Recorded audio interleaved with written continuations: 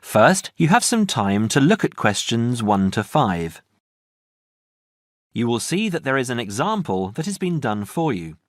On this occasion only, the conversation relating to this will be played first. Good morning, Borgheimer language courses. How may I help you?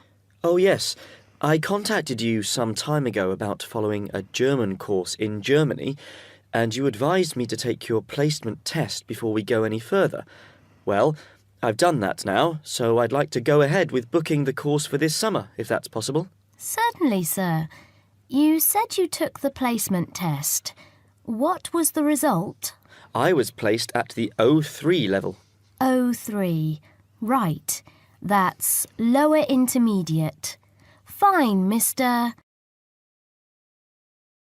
The answer is Level 3 or lower intermediate, so the course level has been filled in for you. Now we shall begin. You should answer the questions as you listen, because you will not hear the recording a second time. Listen carefully and answer questions 1 to 5. Petterson. John Petterson. Could you spell that for me, please, Mr. Petterson? P-E-T-T-E-R-S-S-O-N.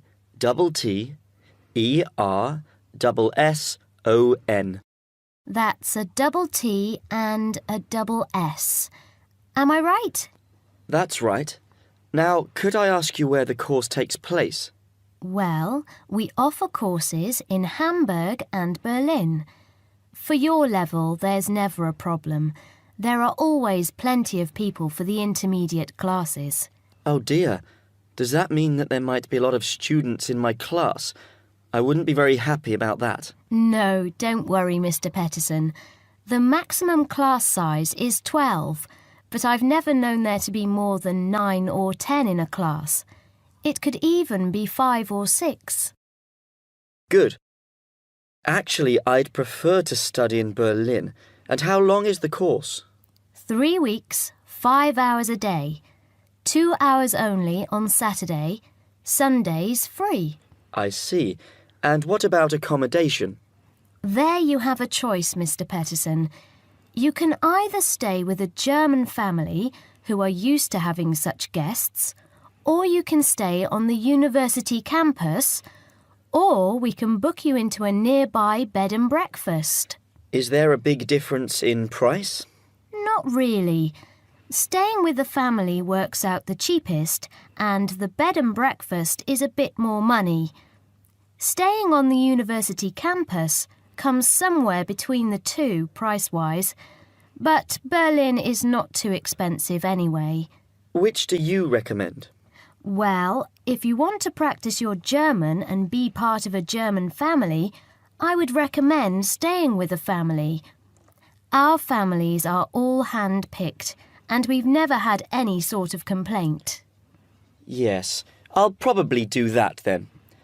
What are the dates of the course? The first summer course starts on the 1st of June in Hamburg and a week later in Berlin, which is what would concern you as you have chosen the Berlin course. That's the 8th of June. The next course would begin on the 2nd of July and then... The 2nd of July course would be perfect for me. Can you put me down for it now? Certainly, Mr. Petterson. Can I have your address, please? 26 Mayfield Drive, Orpington, Kent. I'm afraid I can't remember the postal code. Don't worry, Mr. Petterson. I'll check on it.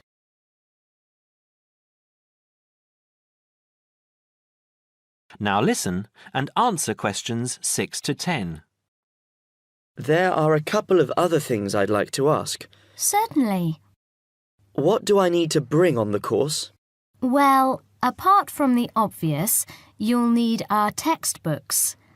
I'll email you the name and publisher. You should be able to find it in your local bookstore. If you do have problems, call me or email me and I'll see what I can do. We provide the computers, computer disks, translation exercises and all that sort of thing, but you will need a good dictionary. We recommend Langenscheidt, which is more than adequate for your level. You don't have to go and spend a lot of money on an expensive dictionary. Not yet, anyway. Maybe you will when your German reaches a very high standard. That would be very nice. Now, finally, what about the cost of the course? And how do I pay? Would you like to pay that in pounds or in euros? Euros would be fine. In that case, it's 550 euros. You can pay by credit card if you like. Oh dear, I'm afraid I haven't got a credit card. How else can I pay? That's not a problem, Mr. Peterson. You can pay by bank transfer. Fine. By the way, I forgot to mention I am a full-time student. Have you got a student card? Oh, yes. Then that does make a difference, you'll be pleased to hear. You are entitled to 35% off the full price. And if you can persuade a few people to join you, it would work out even cheaper. How do you mean exactly? Well, for every 5 people you find, 1 goes free. In other words, if there are 6 of you, you get 1 free course. Of course, in reality, you would divide up the savings amongst you, presumably. Right. Well, I'll see what I can do. Thank you. Not at all, Mr. Peterson, and I'm sure you'll enjoy the course. There are, of course, sightseeing possibilities. Would you like me to send you our brochure describing them? Yes, thank you.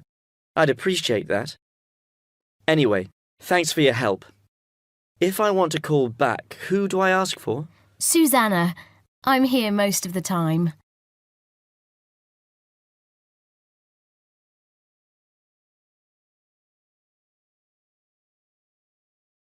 Now, listen carefully and answer questions 11 to 16. Thank you for inviting me to your residence meeting. My name is Martin Pugh from Safe Cell Alarms. I'm going to explain a little bit about home security, and I hope you'll all feel a bit better informed, and perhaps that you will even purchase one of the alarms we sell. It is all too easy these days for people to break into our homes. Did you know that 25% of all burglaries are committed by burglars breaking and entering via the back door? Even though it is locked, it is still relatively easy for someone to gain entry. And there are parts of our house that we think are not vulnerable because they look inaccessible. But they're not. So, if you're trying to protect your home, you should make sure the top floor is covered by that protection, not just the ground floor.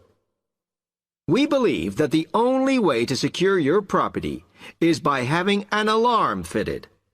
Just having the alarm on the outside can put burglars off, and we also recommend that you warn them about the alarm. To do this, we suggest you stick a sign in the front window of the house so it can be seen clearly. This alone should be enough to dissuade a burglar before they start. Now, our company has a range of alarms on offer, and I brought several along for you to see tonight. But let me just explain a few things about them. First of all of our alarms are highly visible. They're colored red, and on the underneath, there's a blue light, which you can see whether they are switched on or not. This acts as a deterrent to burglars who can see it as an active alarm system. Like most systems, our alarms are very sensitive, so you do need to look after them. You may be surprised to hear that a cat can often slink around unnoticed under the infrared beams, but a spider crawling across them will set them off. Also, our system is a little different from some. Most companies offer an option that connects their alarms to the police station. All our alarms have an automatic link to our company office. This means we can deal with a situation promptly and can sort out any alarms that have gone off by mistake.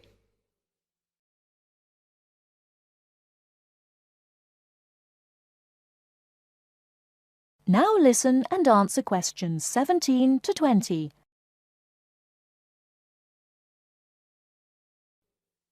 Okay, let me tell you about the installation of our alarms. Later on, I'll show you some house plans and diagrams of how the alarms operate, but you don't have to worry about them being intrusive, as we normally put them in hallways rather than individual rooms. The diagrams show you how the beams work to cover the whole house in this way. Oh, one small thing while I remember is don't leave your security code in your house. A lot of people keep it in the kitchen or their study, but we suggest you leave it with a neighbor so that if there is a break-in, the burglars can switch the system off. Now, regarding the practical aspects of installation, I know that many of you are out all day, and I'm afraid we don't install the alarms at weekends. But we do offer a service where we can fit the alarm system in the evenings for you. But we do charge a little bit extra for that. Finally, we do offer a range of systems, so I suggest you look at the leaflets on our prices. And please don't be put off from investing in a more sophisticated system to protect your home, as we do allow you to set up a monthly payment if it's too much in one go. Okay, now if you'd like to come forward.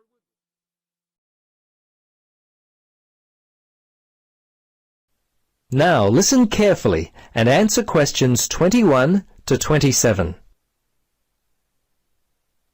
Hello, Gloria. Hi, Paul. I just heard that you're studying psychology this year. At the moment, that's true, but to be honest, I'm not sure exactly what to study. You're in your third year at university. Do you have any advice for me? Well, it's a difficult question for me to answer, but I do have some ideas based upon my personal experience that may be of help. Anything would be helpful at this point. I'm feeling a little worried about what I should do. Well, there are a few things that I would recommend. Firstly, ask yourself, what do you really enjoy studying? For example, maths, English, science? This will help you decide what course you should do. The university handbook lists all the courses available. You should take some time to look at it. A couple of my friends spoke with recent graduates of courses which took up a lot of time. Another thing which took a lot of time was an interview at the Dean of Academic Affairs office. They're always so busy there. Unless you've got a lot of time, I wouldn't bother with either of those ideas. Okay. Gloria, I understand there are some excellent publications that I can look at which will help answer my questions. But the trouble is, I'm having a real hard time locating them. Do you know where I might be able to go? Yes, I encountered this very same problem when I was deciding on what to study. I managed to locate a few excellent books that really helped me to decide what was best for me. Now, some of the details will be a little inaccurate. That's no problem. If you could just remember the titles, I'll be able to look them up at the university library. Now, let me just get my pen. Okay, ready? All right. The first book I found was What Should I Do? It was written by Paul Smith, and I believe it was published in 2000 by Smith Brothers. I think this was the best book I read, although Judy Newton's Choosing University Courses was also an excellent help for me. Can you remember what year that one was published? Let me see. Most of the books I read were published around the same year, 2000, I think. I can't remember who published it. I think it was Printers Limited. You'll have to check that one out yourself. No problem. This is just what I've been looking for. Anything else you could recommend? Yes, there was one other book which I remember because my cousin works for the publishers Brown and Tate. He started there in 2002. Anyway, the book's called Surviving University and was written by Julie White. It's an excellent book which came out in 2004. I certainly recommend it.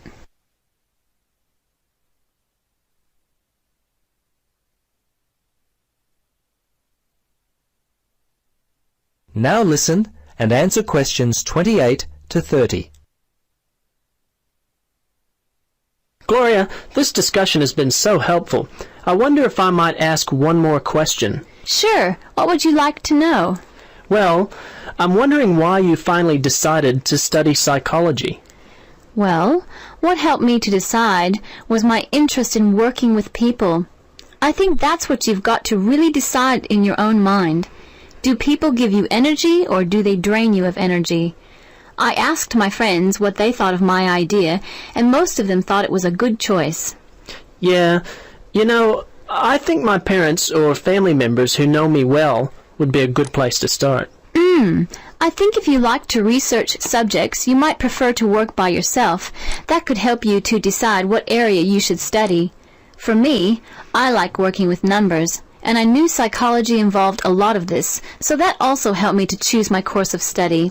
The bottom line is you've really got to know what you naturally like to do. Once you work that out, you simply choose areas of study that relate to those things.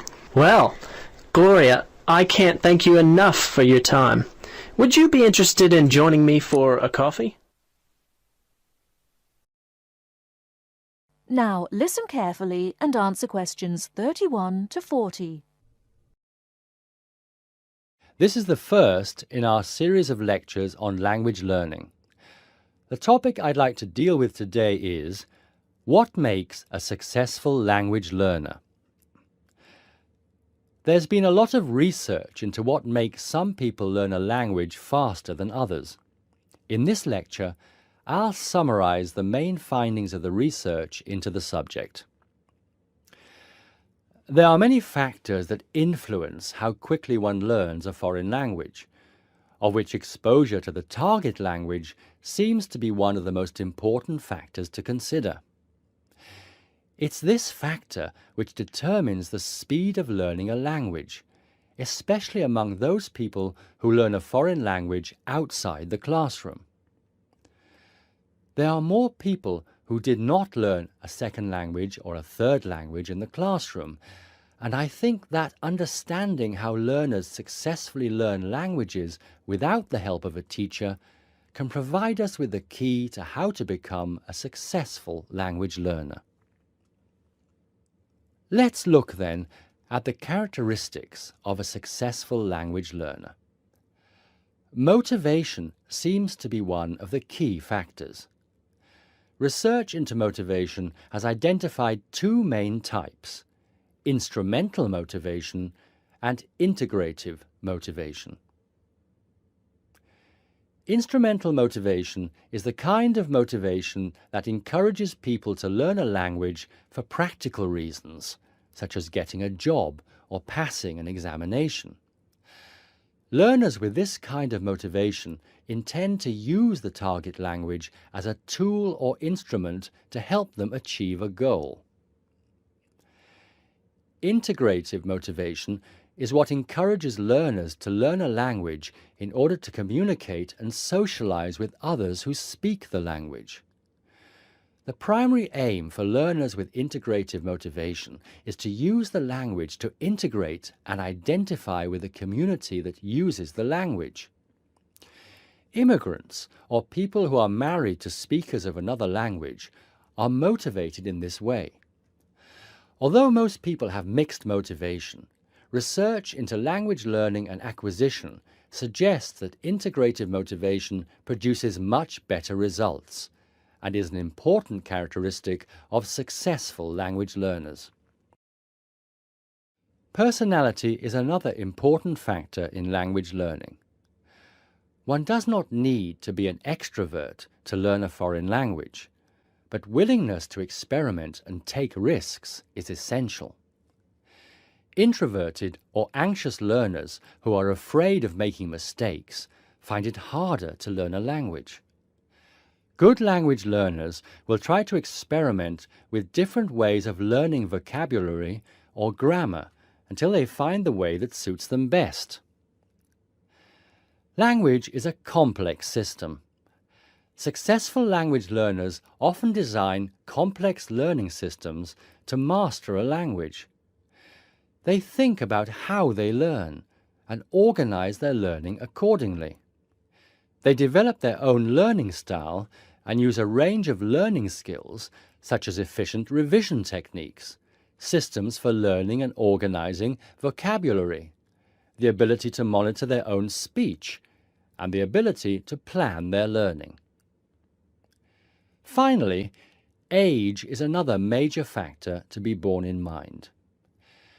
Children seem to be in the best position to learn a foreign language rapidly and with the best results. Older learners can also be very successful and become proficient at using a language.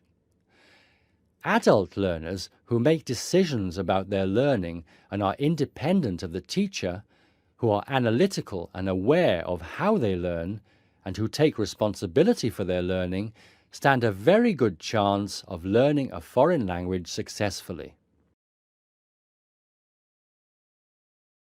You now have half a minute to check your answers.